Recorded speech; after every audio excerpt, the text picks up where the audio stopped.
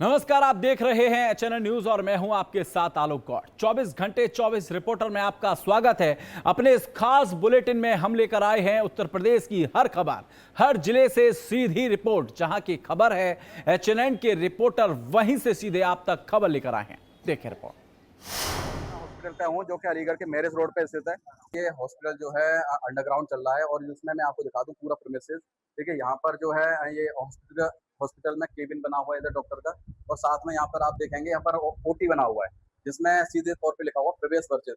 तो ये इस तरीके से यहाँ पर पूरा प्रीमिसेस यहाँ पर बना रखा है यहाँ पर अंडरग्राउंड में, जिसमें अभी तक मानव की अनदेखी करते हुए हॉस्पिटल को चलाया जा रहा है।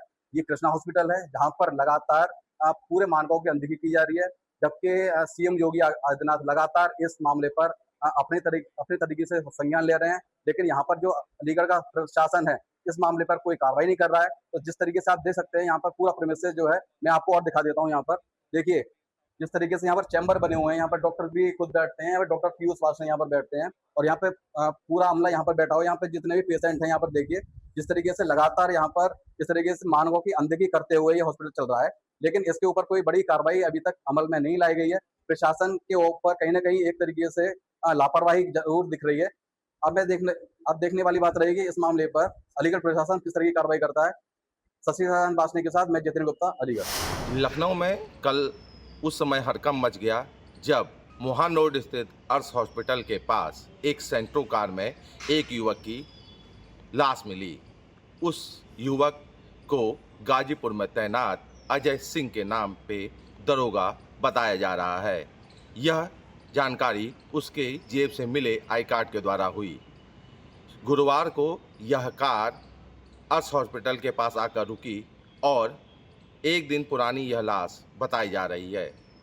शरीर पर कोई ऐसे जख्म के निशान नहीं मिले हैं, लेकिन उनके नाक से खून निकल रहा था। अब पोस्टमार्टम के बाद ही पता चलेगा कि आखिर मौत का क्या कारण है। बताया जा रहा है कि मूल रूप से हापुड़ के रहने वाले दरोगा की तैनाती जब लखनऊ के गाजीपुर थाने में हुई, उसके बाद किसी जांच के कारण वह गुरुवार को थाने से निकले थे। पारा थाने के क्षेत्र के अंतर्गत आने के कारण जब उनसे कोई संपर्क नहीं हो पाया तो गाजीपुर और पारा थाने की पुलिस जांच में जुटी। जांच के दौरान उनके मोबाइल नंबर के बाद उनको ट्रेस किया गया, जिसके बाद उनकी कार मिली और कार से उनकी लाश प्राप्त हुई। अब आगे पोस्टमार्टम के बाद ही पता चलेगा कि मृत्यु का मूल कारण क्या है।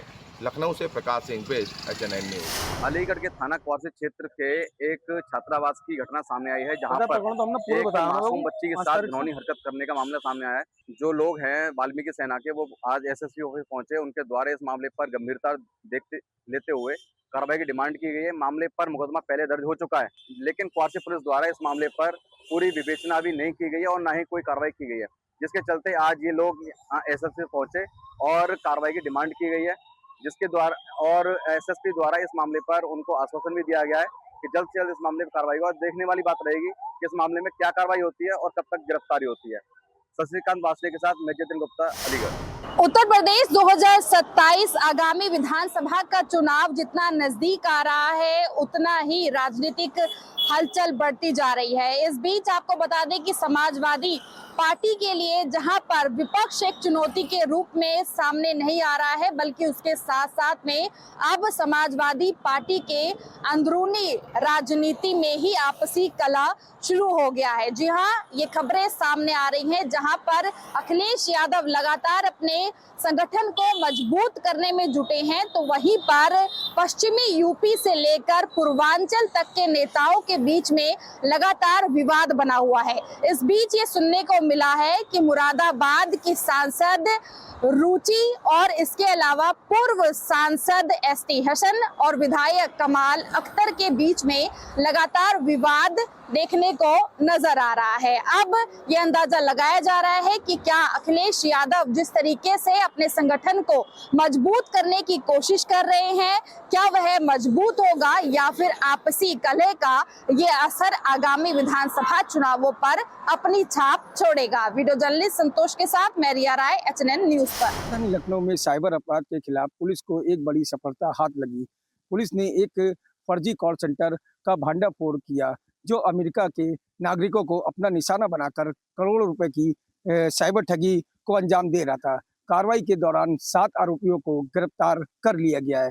शुरुआती जांच में सामने आया है कि आरोपी खुद को विदेशी कंपनियों का तकनीकी सहायता देने वाली एजेंसियों का कर्मचारी बताकर लोगों को झांसे में लेते थे और उनसे बड़ी रकम ऐंठते थे। पुलिस ने इस पूरे नेटवर्क को जांच कर रही है और इसके तार देश और विदेश में कहां-कहां जुड़े हैं।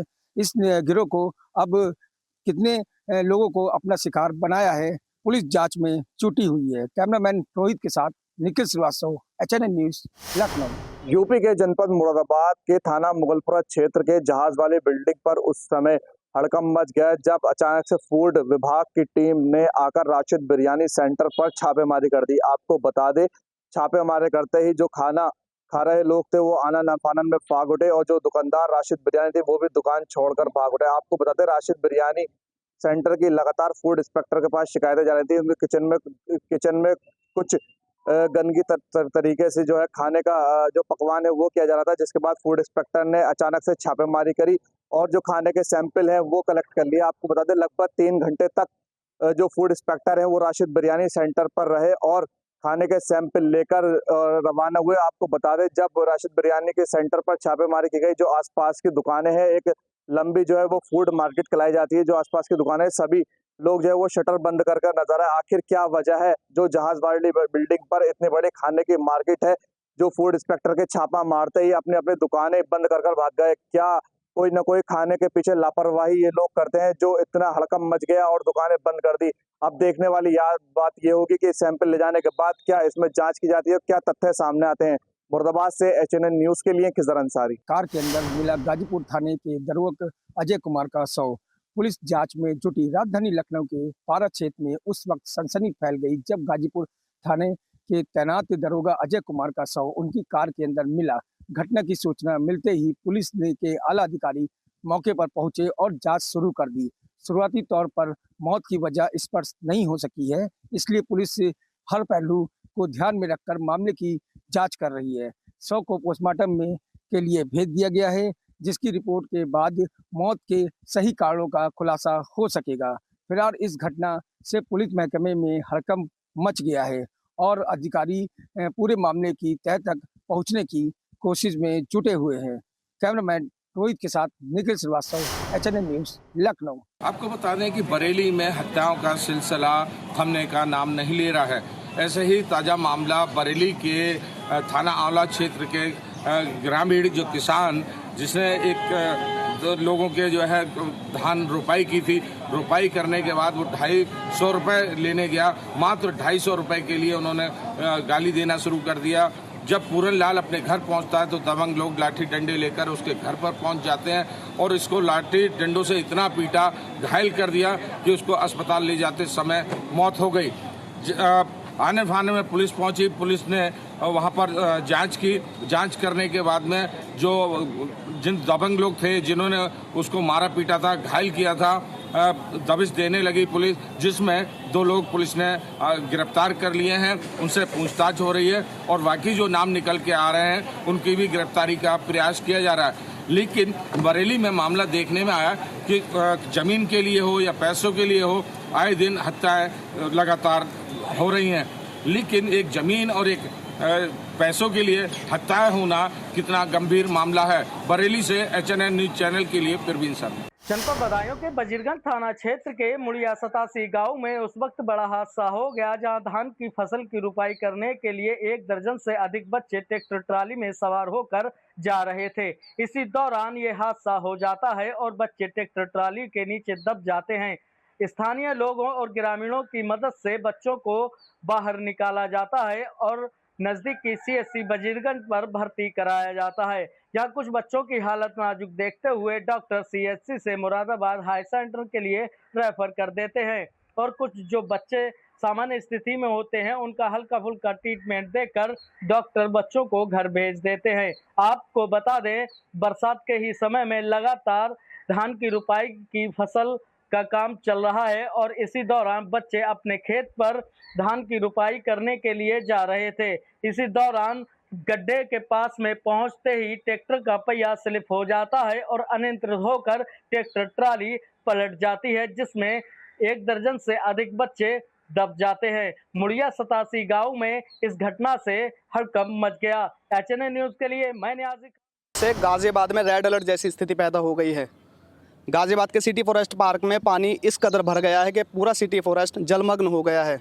हालात इतने ज़्यादा ख़राब हैं कि सिटी फॉरेस्ट के अंदर लोगों की एंट्री बंद कर दी है और आसपास के जो लोग हैं उनको रहने और निकलने बढ़ने में समस्या का सामना करना पड़ रहा है। गाजियाबाद के सिटी फॉरेस्ट के पार्क में जो आसपास के किसान हैं उनको इससे सबसे ज़्यादा दिक्कत हो रही है, क्योंकि जो आसपास के लोग हैं, जो किसान अपनी खेती की ज़मीन है उसमें पानी भर गया है और उनकी फसलों को भारी नुकसान होने की आशंका है। हालांकि प्रशासन ने हिंडन नदी के आसपास रह रहे लोगों को वहां जाने से मना किया है और एडवाइजरी भी जारी की है और बोला है कि प्रशासन के आदेशों का पालन करें और एडवाइजरी पर ध्यान दें, वहां आसपास ना जाएं ताकि किसी को किसी तरह की कोई समस्या ना हो। कुल मिलाकर हालात इतने ज़्यादा ख़राब हैं कि अगर प्रशासन ने समय रहते कदम नहीं उठाए तो हालात बद से बदतर हो सकते हैं। गाजियाबाद से इमरान अली, HNN 24/7। फिरोजाबाद नगर निगम में उस वक्त हड़कंप देखने को मिला जब जन्म मृत्यु प्रमाण पत्र में हो रही अनियमितताओं को लेकर नगर आयुक्त प्रशांत नागर ने औचक निरीक्षण किया। 3 घंटे तक बंद कमरे में चला ये औचक निरीक्षण में नगर आयुक्त ने माना कि जो अनियमितताएं थी वो साफ तौर पर देखने को मिली, जिसको लेकर नगर आयुक्त काफ़ी गंभीर दिखे। वहीं अगर पूरे मामले की हम बात करें तो पूरे मामले को लेकर जन्म मृत्यु प्रमाण पत्र में तैनात बाबू को तत्काल प्रभाव से निलंबित करने का आदेश भी दे दिया। वहीं पूरे स्टाफ को बदलने के भी आदेश नगर आयुक्त द्वारा जारी कर दिए गए हैं। बहरहाल पूरे मामले को लेकर जो पीड़ित लोग जो महीनों से चक्कर लगा रहे थे उनसे भी नगर आयुक्त ने बात की और उनको साफ तौर पर संदेश दिया कि इस तरह की जो अनियमितताएं थी वो भविष्य में बिल्कुल साफ तौर पर उसमें कमी लाने का पूरा प्रयास किया जाएगा, जिसको लेकर नगर आयुक्त ने कड़े निर्देश भी दिए। अब ये देखने वाली बात होगी क्या नगर आयुक्त के इस कदम से भविष्य में जन्म मृत्यु प्रमाण पत्र में हो रही अनियमितताओं में कोई सुधार आएगा या यूं ही लचर व्यवस्था नगर निगम की देखने को मिलती रहेगी। अपने सहयोगी विजय के साथ मुकेश कुमार बघेल, HNN न्यूज़, फिरोजाबाद। इस समय हम मौजूद हैं पटरौना तहसील पे और आज जो है तहसील दिवस था और जिला अधिकारी और पुलिस अधीक्षक के नेतृत्व में इस समाधान दिवस को जो है पूरा करना था। जिला अधिकारी और जो है पुलिस अधीक्षक समय से इस तहसील में आए और 1 घंटे बैठने के बाद किसी कार्य से वह दोनों अधिकारी तहसील से चले गए। उसके बाद जितने भी जिम्मेदार अधिकारी बैठे थे वह जो है अपने सीट से जो वो गए, उनके बाद वो भी जाना शुरू कर दिए।